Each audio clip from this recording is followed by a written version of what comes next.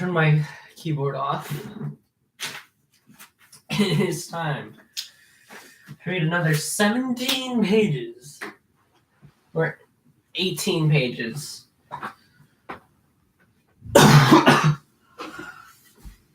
End this. Okay. Meanwhile, the suitors' ghosts were called away by Hermes of Kyllene, bearing the golden wand with which he charms the eye of men or awakens whom he wills. He waved them on, all squeaking as bats will in a cavern's underworld, all flitting crisscross in the dark. If one falls and the rock-hung chain is broken, so with faint cries the shades trailed after Hermes, pure deliverer. He led them down dank ways, over gray ocean tides, the snowy rock, past shores of dream and narrow of the sunset, in swift flight to where dead inhabit wastes of asphodel in the world's end. Crossing the plain, they met Achilles' ghost, Patroclus, and Antilochus, then Ice, noblest of Danaans after Achilles, in strength and beauty. Here the newly dead drifted together, whispering. Then came the soul of Agamemnon, soul of Atreus, in black pain forever, surrounded by men at arms, who perished with him in Aegisthus' hall. Achilles greeted him. My lord Atreides, we held that Zeus, who loves the play of lightning, would give you length of glory. You were king, ever so graced of a host of soldiery, before Troy, where we suffered, we Achaeans. But in the morning of your life, you met that doom that no man born avoids. It should have found you in your day of victory, marshal of the army, in Troy country. Then all Achaea would have heaped your tomb and saved your honor for your son. Instead, piteous death awaited you at home. And Atreus' son replied, Fortunate hero, son of Peleus, god-like and glorious, at Troy you died, across the sea from Argos. And round you Trojan and Achaean peers fought for your corpse and died. A dust cloud wrought fought for your a dust cloud wrought by a whirlwind hid the greatness of you slain, minding no more the mastery of horses. All that day we might have toiled in battle, had not a storm from Zeus broken it off. We carried you out of the field of war, down to the ships, and bathed your comely body with warm water and scented oil. We laid you upon your long bed, and your officers wept hot tears like rain and cropped their hair. Then hearing of it in the sea, your mother, Thetis, came with your Nereides of the gray wave, crying unearthly lamentation of the water, and trembling, gripping the Achaeans to the bone. They would have boarded that ship that night and fled except for one man's wisdom, venerable Nestor, proven counselor in the past. He stood and spoke to allay their fears. All the fast sons of the Achaeans, lads of Argos, his mother it must be, with nymphs and her sisters, come from the sea to mourn her son's death. Veteran hearts at this contained their dread, while at your side the daughters of the ancient sea god wailed in warped, ambrosial shrouding around you. Then we heard the muses sing a threnody in 9 immortal voices. No Argive there, but wept. Such keening rose from that one muse who led the song. Now 7 nights and 10, we mourned you, we mortal men, with nymphs who know no death, before we gave you to the flames, slaughtering long-horned steers and fat sheep on your pyre. Dressed by the Nereids and embalmed with honey and unguent for the seething blaze. You turned to ash and past the pyre, Achaeans' captains paraded in review, in arms, clattering chariot teams and infantry. Like a forest fire, the flame roared on, and burned your flesh away. Next day at dawn, Achilles, we picked your pale bones from the char to keep in wine and oil. A golden amphora your mother gave for this. Hephaestus' work, a gift from Dionysus. In that vase, Achilles, hero, lay your pale bones mixed with mild Patroclus Patroclus' bones, who died before you. Nearby lie the bones of Antilochus, the one who you cared for most of all companions after Patroclus. We of the old army, we were spearmen. We who were spearmen, heaped a tomb for those upon the foreland over on Helles water, to be marked against the sky for voyagers in this generation and those to come. Your mother sought from the gods magnificent trophies and set them down mid-field for her champions. Often at funeral games, after the death of kings, when you're yourself contended, you've seen athletes clinch their belts when trophies went on view. But these things would have made you stare. The treasure's Thetis on her silver slippered feet brought to your games, for gods held you dear. You perished, but your name will never die. It lives to keep all men in mind of honor forever. Achilles. As for myself, that joy is this: to have brought off the war, foul death Zeus held in store for me at my coming home. Aegisthus and my vixen cut me down. While they conversed, the wayfinder came near, leading the shades of suitors overthrown by Lord Odysseus. The two souls of heroes advanced together, scrutinizing these. Then Agamemnon recognized Amphimedon, son of Melanius, friend of his on Ithaca, and called out to him, Amphimedon, what ruin brought you into this undergloom? All in a body, picked men, and so young. One could not better choose the kingdom's pride. Were you at sea, aboard ship, and Poseidon blew up a dire wind and foundering waves? Or cattling raiding were you on the mainland? Or in a fight for some stronghold, there's women, when the foe hit you on your mortal hurt? Tell me, answer my question. Guest and friend, I say I am of yours. Or do you not remember I visited your family there? I came with Prince Menelaus, urging Odysseus to join us in the great sea raid on Troy. 1 solid month we beat our way, breasting south sea and west, resolved to bring him round, the wily raider of cities.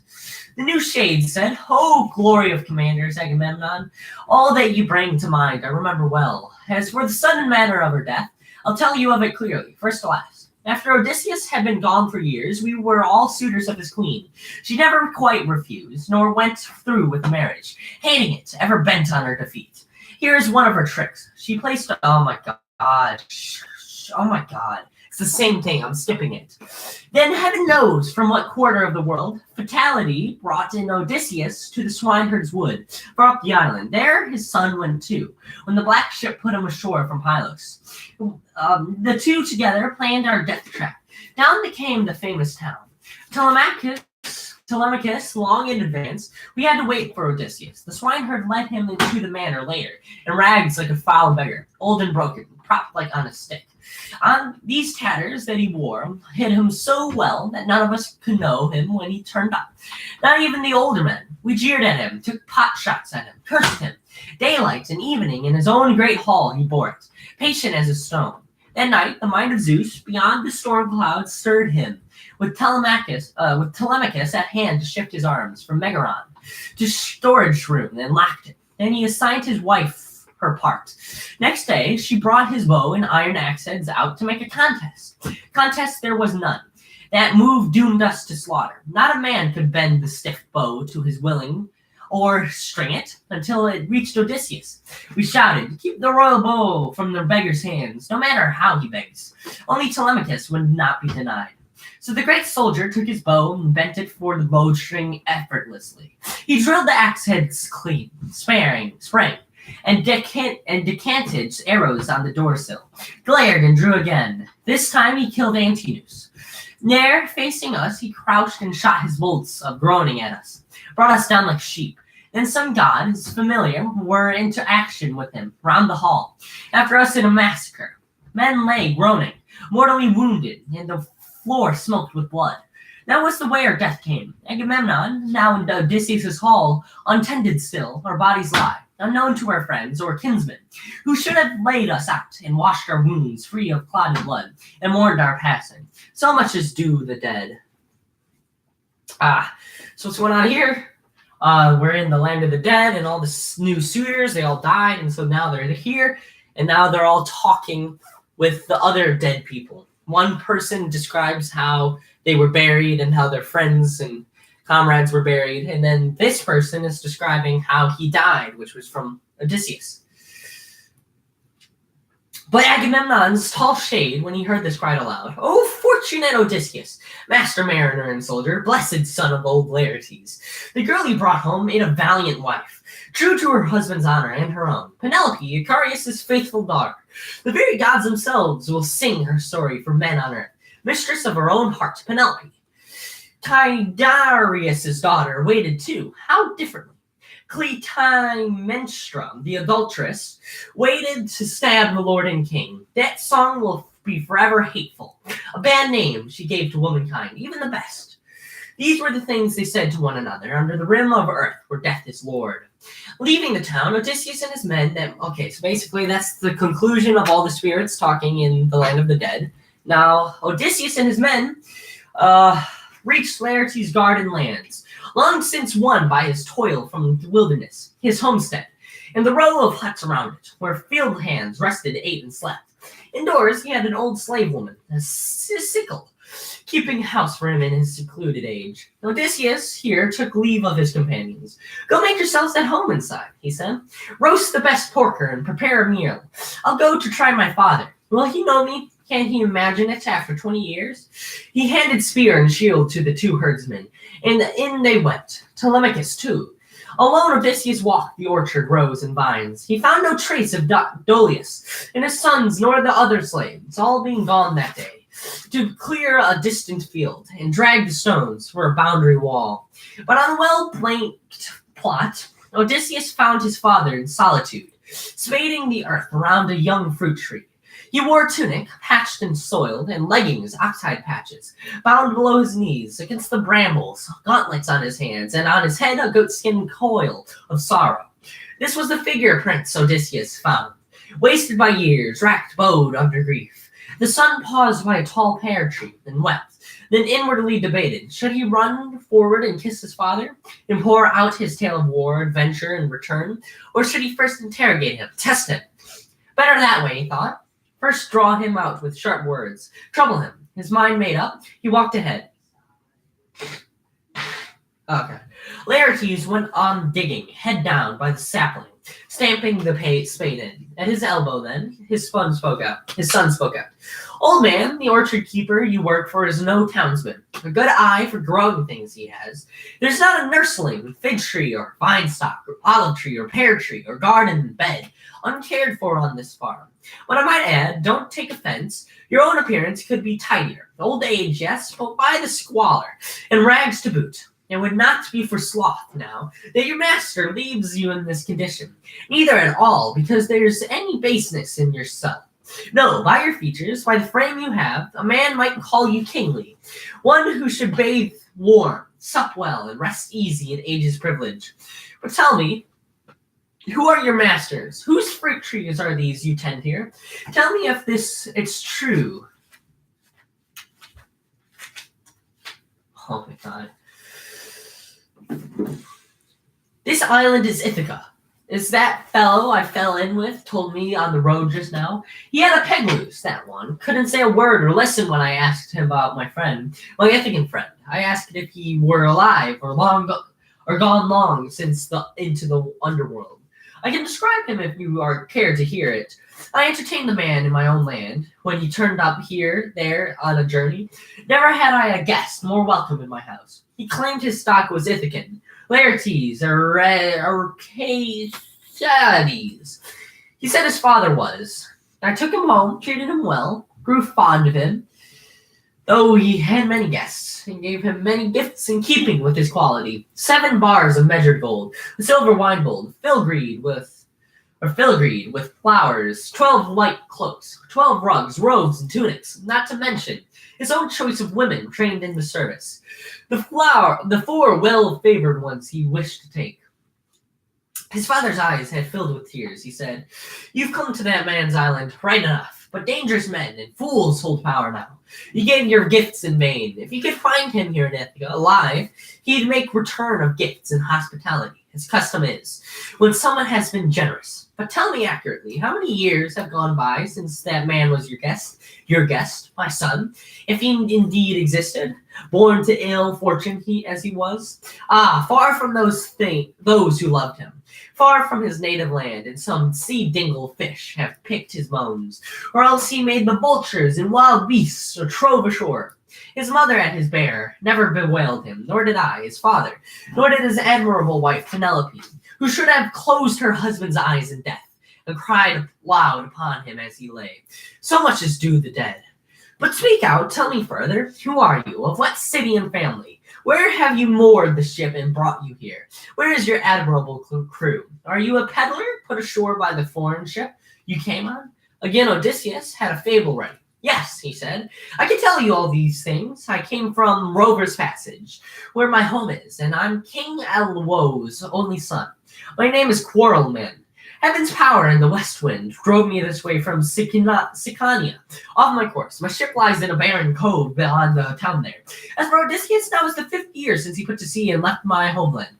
Bound for death, you say? Yet landbirds flying from starboard crossed his bow, a lucky augury. So we parted joyously, in hope of friendly days and gifts to come. A cloud of pain had fallen on Laertes. Scooping up handfuls of the sunburnt dust, he sifted it over his gray head, and groaned, and the groan went to the sun's heart. A twinge was sprinkling up up through his nostrils, warned Odysseus he could not watch this any longer. He leaped and threw his arms around his father, kissed him, and said, "Oh, father, I am he, 20 years ago, and here I've come, again to my own land. Hold back your tears, no grieving. I bring good news, though still we cannot rest. I killed the suitors to the last man. Outrage and injury have been avenged." Laertes turned and found his voice to murmur, "If you are Odysseus, my son, come back, give me some proof. A sign to make me..." Oh my god, every single time. To make me sure, his son replied, "Describe them. First of all, look here, the wild boars flushing wounded me by Piranhas. You see, if you and my mother made me long go that time to..." The old man's knees failed him. His heart grew faint. Recalling all that Odysseus calmly told, he clutched his son. Odysseus held him swooning until he got his breath back, and swearing and spoke again. "Zeus, father, gods above, you still hold pure Olympos if the suitors paid for the crimes indeed, and paid in blood. But now the fear is in me that all Ithaca will be upon us. They'll send messengers to stir up every city of the islands." Odysseus, the great tactician, answered, "Courage, and leave the worrying to me. We'll turn back to your homestead by the orchard. I sent the coward, swineherd, and Telemachus ahead to make our noonday meal." Conversing in this vein, they went home, the two together, into the stone farmhouse, where Telemachus and the 2 herdsmen were already carving roast young pork and mixing amber wine. During these preparations, the sickle women bathed Laertes and anointed him and dressed him in a new cloak. Then Athena, standing by, filled out his limbs again, gave birth and stature to the old field captain, fresh from the bathing place. His son looked on in wonder at the godlike bloom upon him, and called out happily, "Oh, father, surely one of the gods who are young forever has made you magnificent before my eyes."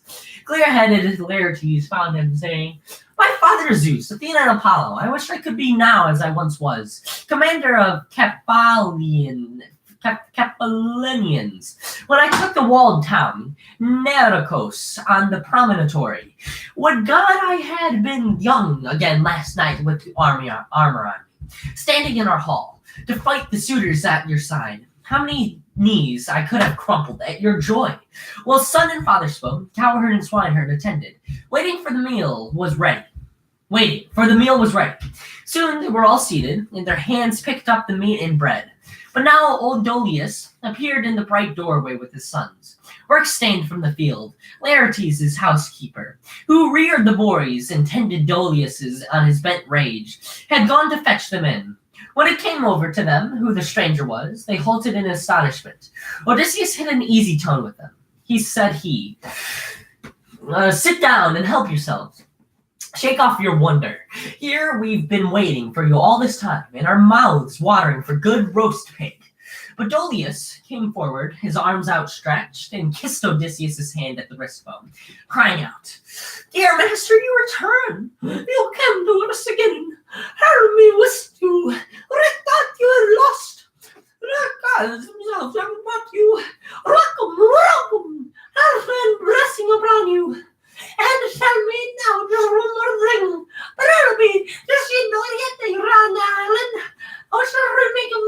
Cleopatra, old man, she knows. Is it for you to think of her? So Dolius, quietly, took a smooth bench at the table, and in their turn, his sons welcomed Odysseus, kissing hands. Then each went to his chair beside his father. Thus, our friends were occupied in Laertes' house at noon. So basically, Odysseus goes to find his father, and then he finds his father, and yeah. Then he brings his father, he convinces him, like he starts to make a story, but he like fails halfway through, and he's like, I can't do it. I love you, Dad. And then the dad's like, prove it. And he's like, the scar. And he's like, oh. And then they went back to his house, and then they had a meal, and they're talking father-son bonding time. Oh, we're so close. We're so close. Oh, God. Meanwhile, to the four quarters of the house, the news ran. Bloody death had caught the suitors. And men and women in a murmuring crowd gathered before Odysseus' hall. They gave burial to the piteous dead, or bore the bodies of young men from other islands, down to the port, thence to be ferried home. Then all the men went grieving to assembly, and being seated rank by rank, grew still, as old Euphytes rose to address them. Pain lay in him like a brand for Antinous, the first man that Odysseus brought down. The tears flowed for his son as he began. Heroic feats that fellow did for us, Achaeans, friends. Good spearmen that by the shipload had led to war and lost ships and men, and once ashore again killed these, who were the island's pride. Up with you after him, before you can take flight to Pylos town or hide at Alice. Under European law, we'd be disgraced forever, mocked for generations if we cannot avenge our son's blood. And our brothers? Life would turn to ashes, at least for me. Rather be dead than join the dead. And I say we ought to follow now, or they'll gain time and make the crossing. His appeal, his tears, moved all the gentry listening there. But now they saw the crier and the minstrel came from Odysseus' hall, where they had slept. The two men stood before the curious crowd, and Medon said, Now hear me, men of Ithaca. When these hard deeds were done by Lord Odysseus, the immortal gods were not far off. I saw with my own eyes some divine who fought beside him, in the shape and dress of Mentor.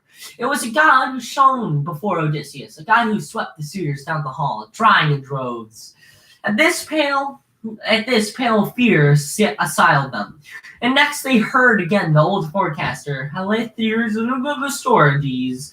Alone, he saw the field of time, past and to come. In his anxiety for them, he said, Ithacans, now listen to what I say. Friends, by your own fault, these deaths came to pass. You would not heed me, nor the captain, Mentor. Would not put down the right of your sons. Heroic feats they did, all wantonly raiding a man's flock, dishonoring his queen, because they thought he'd come no more.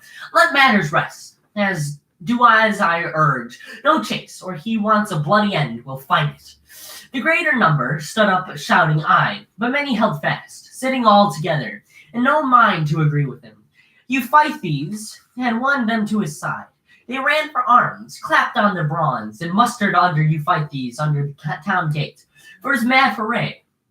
Vengeance would be his, he thought, for his son's murder, but that day held bloody death for him and no return. At this point, querying Zeus, Athena said, O father of us all, and king of kings, enlighten me. What is your secret will? War and battle, worse and more of it. Or can you not impose a pact on both? The summoner of cloud replied, My child, why this formality of inquiry? Did you not just plan that action by yourself? See to it that Odysseus, on his homecoming, should have their blood? Conclude it as you will. There is no proper way, if I may say so. Odysseus' honor being satisfied. Let him be king by sworn pact forever, and we, for our part, will blot out the memory of sons and brothers slain. As in the old time, let men of Ithaca henceforth be friends, prosperity enough, and peace attend them.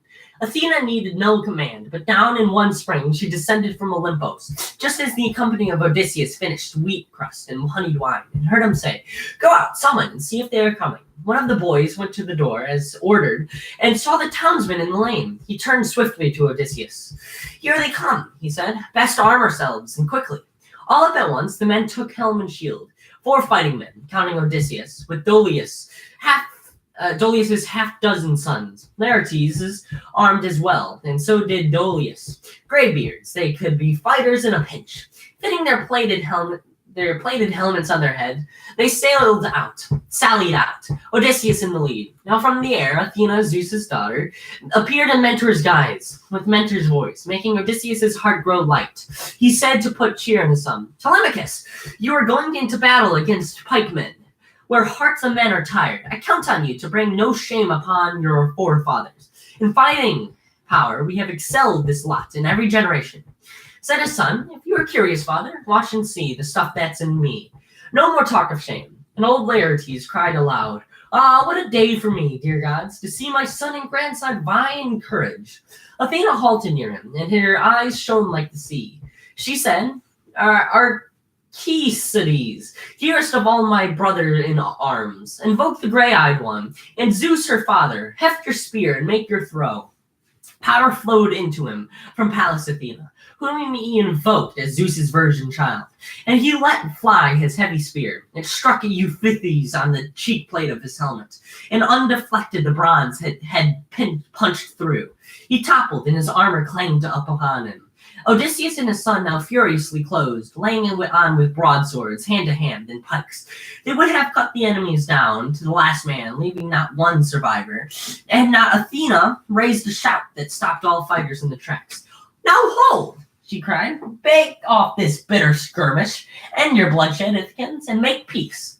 Their faces paled with dread before Athena, and the swords dropped from their hands unnerved, to lie stewing the ground at the great voice of the goddess.